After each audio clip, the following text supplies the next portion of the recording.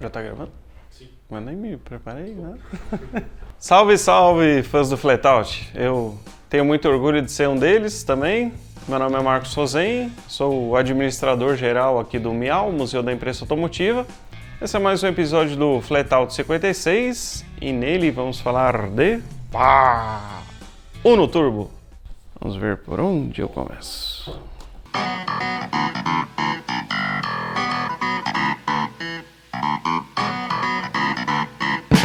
O Uno Turbo tem tanta coisa legal para falar desse carro que, na verdade, não sei nem por onde começar, mas só para contextualizar o período, o Uno Turbo foi lançado em 94, já como linha 95, para substituir esse cara aqui, que era o esportivo da linha Uno na época, que era o Uno 1.6R. Inclusive, se você não assistiu ainda o vídeo que a gente fez do Flatout 56, foi um dos primeiros sobre o Uno 1.5R e 1.6R, recomendo até você assistir antes para contextualizar um pouquinho melhor essa história do Uno Turbo. Vou começar por aqui, vai. A Fiat já tinha um Uno Turbo lá na Itália desde os anos 80. Isso aqui é um belíssimo livro que mostra todos os modelos da história da Fiat. Esse aqui é o livro gringo, né? É de 1899 a 2007. Tem uma versão nacional dele aqui no acervo do MIAU também. Esse aqui foi o primeiro Uno Turbo lançado lá na Itália. Ele foi lançado em 85, durou até 89. Ele tinha um motor 1.3 turbo com gloriosos, vamos ver, 105 HP. Nessa nossa história aqui do Uno Turbo Nacional, o que mais interessa, na verdade, é esse daqui, que é a segunda geração do Uno europeu, né? O italiano, lançado em 89, que foi até 95, que é esse bichinho aqui que a gente não teve aqui no nosso mercado. É uma espécie de... parece uma mistura de Uno com tipo. Fizeram um cruzamento e saiu esse Uno de segunda geração aqui na Itália, que era um pouco maior, um pouquinho mais largo e tal. Por que ele é importante? Porque a mecânica do nosso Uno Turbo é exatamente igual a essa daqui. O motor 1.4 turbo, o nosso era exatamente essa mecânica que vinha importada da Itália. Isso é uma das coisas mais importantes para entender essa contextualização toda do Uno Turbo nacional. O material de imprensa que foi distribuído no lançamento do Uno Turbo foi em março de 94. O Uno Turbo, ele simplesmente foi o primeiro carro fabricado aqui no Brasil, carro de série equipado com turbo. Na época tinha um preconceito enorme com turbo, era tipo coisa de carro envenenado, de carro mexido, que estourava motor, carro de rachador, essas coisas. A Fiat foi bem agressiva e mandou super bem na época, em 94, de colocar um carro de linha de série com motor turbo, que ela já tinha uma tradição nisso na Europa e tal. Logo depois, inclusive, lançou o Tempra Turbo, né, em 95. E ela conseguiu, com esse carro, mudar bastante esse conceito de turbo, que hoje a gente fala como até uma coisa normal, downsize e não sei o que, 3 cilindros e tal, mas na época assim, foi uma ruptura absurda do mercado, essa coisa de ter um carro esportivo turbo de fábrica. Esse motor 1.4 turbo, que era importado da Itália, tinha uma peculiaridade muito importante dele. Ele não atingia o nível de emissões aqui no Brasil. Por incrível que pareça, na época, a lei de emissões aqui no Brasil era mais exigente do que da Europa. Na verdade, ele estava bem no limite, ele chegava certinho no limite de emissões, só que tem as variações na linha de produção, tal, não é uma ciência exata, né? Aí a Fiat ficou com um certo receio de lançar o carro e o que ela fez? Tinha uma brecha na legislação na época que você podia ou importar ou fabricar até 2.000 carros que não atendessem à lei de emissões da época, 2.000 carros por ano. Por isso que foi um carro assim que hoje em dia é super difícil achar e até na época era um volume muito restrito por conta dessa questão das emissões. Vou ler aqui o maravilhoso textinho de imprensa, aqui é o release que foi distribuído na época, só que é de março de 94, mas o Uno Turbo já saiu como linha 95 e, segundo a Fiat, era um esportivo brasileiro como nunca existiu. Essa é a melhor definição para o novo lançamento, o Uno Turbo IE. primeiro automóvel nacional com turbocompressor fabricado em série. Mais que essa inovação, a chegada da versão turbinada evidencia a grande versatilidade do projeto Uno, que já tinha, nessa época ia do mille até o turbo. Bom, falando um pouquinho só do motor, na verdade tinha 1.372 centímetros cúbicos de cilindrada. Dava para arredondar para 1.4, mas não era exatamente 1.4. Injeção eletrônica multiponto, 4 cilindros, turbocompressor, 118 cavalos. Apresenta performance de um autêntico esportivo sem qualquer comparação no país. E realmente, de fato, é verdade. Na parte mecânica, o Uno Turbo IE apresenta a suspensão tanto dianteira quanto a traseira e os freios redimensionados para seu elevado desempenho. E o interior ganhou um acabamento com perfil jovem, além de benefícios de conforto e segurança como direção hidráulica de série. Para acompanhar a revolução mecânica que o Uno Turbo incorpora, a Fiat idealizou também alterações radicais na estética do carro, tornando-o muito mais agressivo. Novos para-choques e saias laterais, que eram exclusivos do Uno Turbo, né? O esportivo da Fiat ganhou em beleza e, sobretudo, em eficiência aerodinâmica, fator indispensável para veículos realmente esportivos.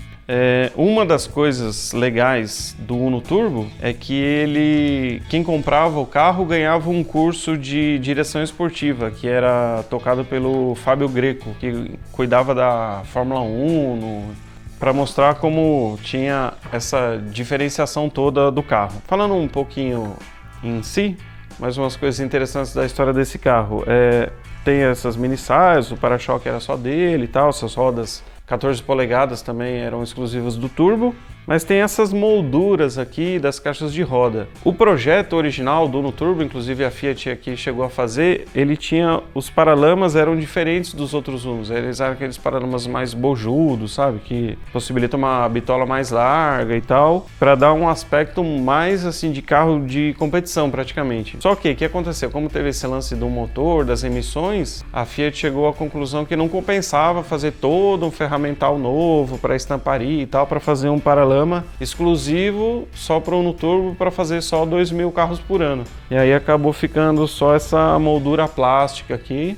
Temos uma foto de traseira aqui, também tinha o aerofólio exclusivo do Uno Turbo. Esse tem um pouquinho do interior aqui. Não, esse aqui na verdade é um catálogo da linha 95.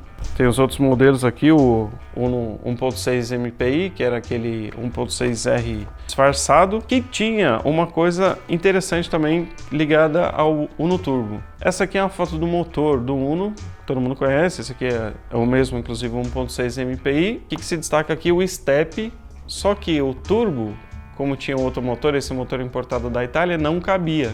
Onde foi parar o step? Lá dentro do porta-mala.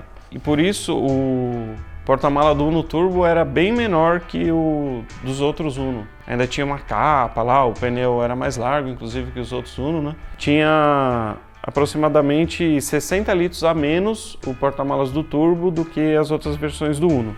Em 95... Só um minutinho. Eu perdi o material. Em 95, já na linha 96, que aliás foi a última do Uno Turbo, né? Ele durou apenas 2 anos aqui no nosso mercado.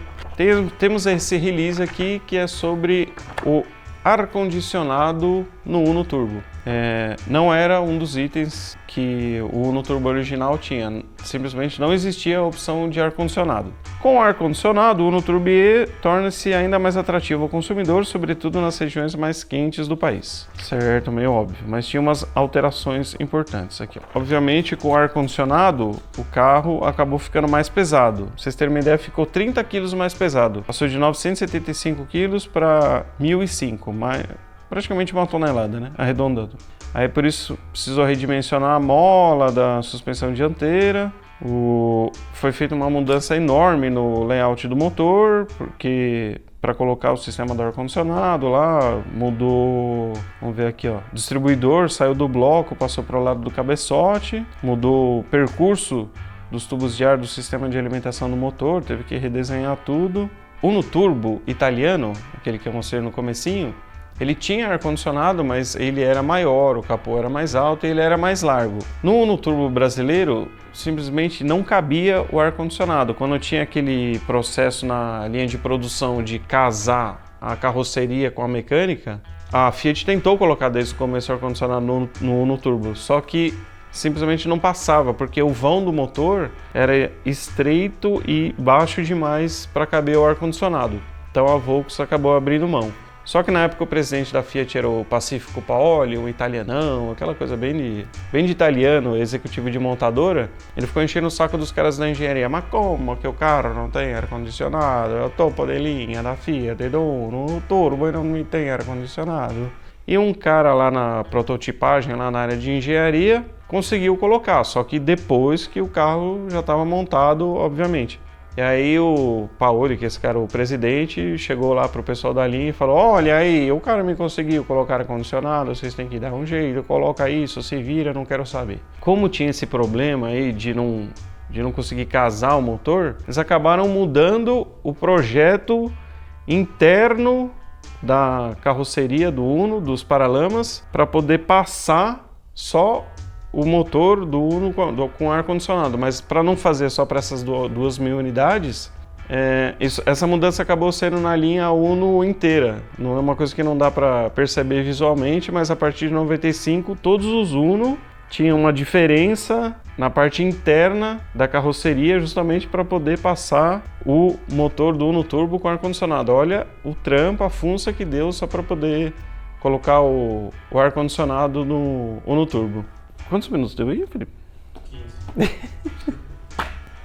Só pra... Nossa Senhora. Voltando um pouquinho aqui para esse material de lançamento de imprensa. O Uno Turbo podia ser vermelho Monte Carlo no lançamento, né, na linha 95. Vermelho Monte Carlo, preto Etna e o amarelo Modena, que inclusive era só do Turbo. Depois teve uma outra versão do amarelo que era metálico, mas no lançamento era só o Modena. Tinha as mini-saias laterais, o spoiler integrado no para-choque dianteiro, aerofólio, as molduras dos paralamas e os para-choques mais aerodinâmicos, todos pintados na cor do carro, que na época era uma boa diferenciação. Tinha as entradas de ar laterais nos para-choques, né, que era para o intercooler e para o radiador de óleo. Tinha os faróis auxiliares, as rodas, que nem eu tinha comentado que são aro 14, que só dele, né? Largura de 5,5 polegadas, elas eram pintadas e diamantadas, cara. Os pneus eram 8,560 HR14. O legal do adesivo, o turbo, que se o carro era vermelho ou preto, o adesivo era amarelo, e se o carro era amarelo, os adesivos eram em vermelho. Vou pegar um pouquinho aqui, o painel dele era bacana pra caramba, além do velocímetro, marcava até 240. Tinha manômetro de pressão do óleo, manômetro de pressão do turbo, do óleo de motor, contagiros, indicador de temperatura do óleo do motor, a temperatura do líquido de arrefecimento e o marcador de combustível. O compressor era um Garrett T2 com 0,8 de pressão, com o intercooler e o radiador de óleo. O segundo texto aqui, ó. O sistema aplicado funciona em regime de sobrealimentação, ou seja, fornecendo aos cilindros, com auxílio de um turbocompressor, uma maior quantidade de mistura ar-combustível por ciclo. Como consequência, tem-se um maior e mais rápido enchimento da câmara, aumentando o trabalho realizado e, obviamente, a potência e o torque, além de melhor relação peso-potência, que no caso do Uno Turbo é de 8,26 kg por cavalo. A injeção eletrônica era Bosch, L3.1 G-Tronic. A suspensão ela foi redimensionada, né, pro Uno Turbo, coisa de 10 milímetros mais rebaixado do que o próprio Uno 1.6R MPI. Olha, mudaram as semi-árvores dianteiras, montantes e as juntas homocinéticas, eram só dele. Amortecedores ganharam calibragem específica, uma barra estabilizadora de 19 milímetros, novos braços de reação e batentes mais rígidos. E além disso, tinha uma barra de amarração das torres de molas amortecedores, que asseguram o equilíbrio da suspensão e acelerações. O sistema de freio também veio do Tempra, discos autoventilados na frente, tambor atrás, o que não era legal, mas tudo bem. O câmbio também era importado, vinha da Itália. Tinha, segundo a Fiat aqui, uma grande diferenciação que eram os hastes de comando que selecionam as marchas. Aliás, os opcionais, praticamente não havia nenhum, só esses 4 aqui, que era o rádio toca-fitas, por incrível que pareça era opcional, teto solar, que era bacana pra caramba, mas enfim, só o Uno Turbo tinha essa opção do teto solar na linha. Cintos laterais traseiros retráteis eram opcional e o desembaçador com ar quente, porque aqui ainda não tinha a história do ar-condicionado. Esse daqui é a versão nacional daquele livro que eu mostrei no começo, que tem todos os Fiat já fabricados no mundo. Essa aqui é a versão nacional, a historinha do Uno Turbo. Legal que tem o outro tom de amarelo, que era o amarelo Exploid, que era perolizado, né? Que substitui o amarelo Modena. Esse livro aqui do acervo do Miau, que é bem bacana, conta toda a história do Uno. Tem mais umas fotos bacanas aqui do Uno Turbo, colocando o número de 0 a 100, né, 9,2. O modelo foi criado para satisfazer o prazer de dirigir e de desenvolver velocidade. Esse carro era da frota de imprensa lá da Fiat, a placa GKT 0146. Se você tiver esse carro ou conhecer esse carro, saiba que ele foi utilizado para material de divulgação do Uno Turbo. E o adesivo aqui em amarelo que chamava uma atenção braba, que é o mesmo desse aqui do material de imprensa, que era igual ao carro que era amarelo, vinha com o grafismo vermelho. Essa foi a história do Uno Turbo, que infelizmente durou só 2 anos, o que ajudou ele a ganhar um certo status de lenda aqui no mercado brasileiro, né? Como foram só esses 2 anos e tinha aquela limitação de 2.000 unidades, nós estamos falando de apenas 4.000 Uno Turbos fabricados aqui no Brasil. Esse foi mais um episódio do Flatout 56, a gente usou esses materiais aqui do Miau, do Museu da Imprensa Automotiva, para contar essa história. Espero que vocês tenham curtido e convido também você para assistir o próximo episódio aqui do Flatout 56. A gente vai contar a história do Ford Corcel e toda a sua família, o Belina, Del Rey e Pampa. Valeu!